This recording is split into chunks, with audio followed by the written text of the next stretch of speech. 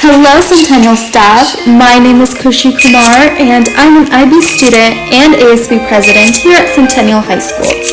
First of all, I'd like to thank you all for the time, dedication, and work you put in to ensure that all your students are successful, especially during this unprecedented time.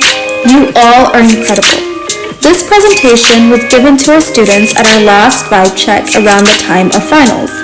I hope this helps you get more ideas of how to assist students when it comes to studying and much more. By scanning this QR code, it'll take you to a short quiz where you can learn more about your learning style. Identifying your style of learning can actually save students time studying the wrong way by giving them a way to study smarter rather than harder. While each style of learning uses a different part of the brain, they're all very effective. The trick is figuring out which one applies to you. For example, if you're an auditory learner, listening to informational podcasts might help you, whereas if you're a visual learner, writing down your notes and reading them might help you out. Before an exam, most of my teachers have provided us with study guides, and it's one of the best ways to reference material that may be on an exam. Study guides have been shown to highlight important concepts, improve comprehension, help students organize information, and assist students' metacognition by enabling them to check for understanding. Along with utilizing a study guide, it's important that you look over your textbook, your notes, your lectures, etc. A study guide is just a reference and they aren't always comprehensive, just suggestions of the main concepts to learn.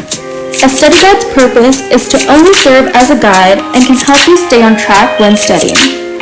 Teachers, we know how difficult it can be to engage with your students when cameras are turned off and you don't have that one-on-one connection.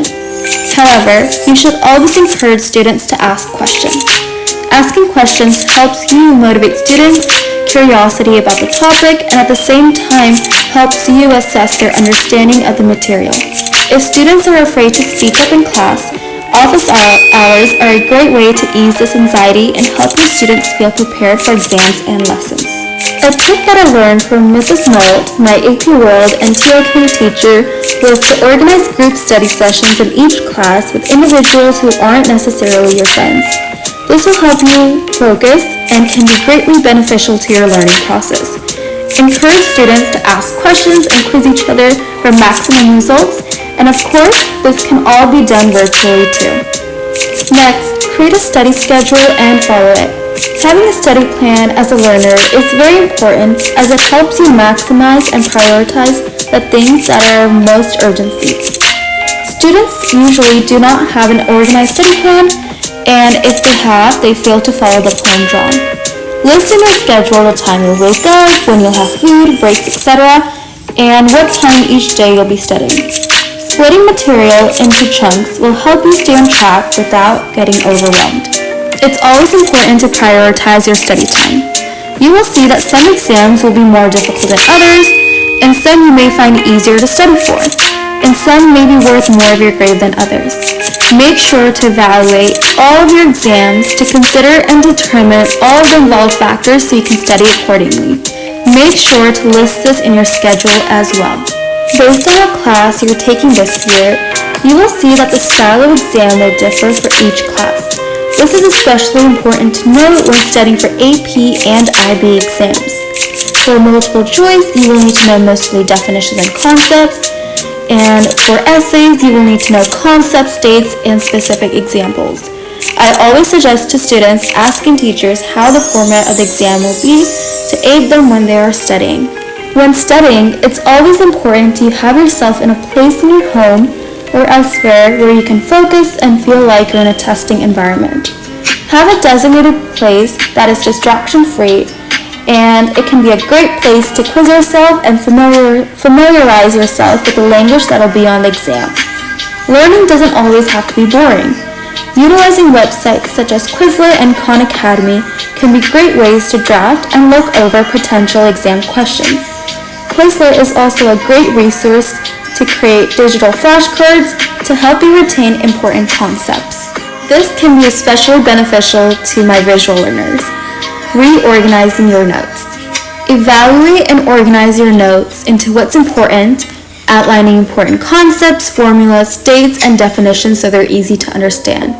Make sure to only highlight important information or underline so that you know what's important and what is not. Teachers know it best. Centennial students are procrastinators.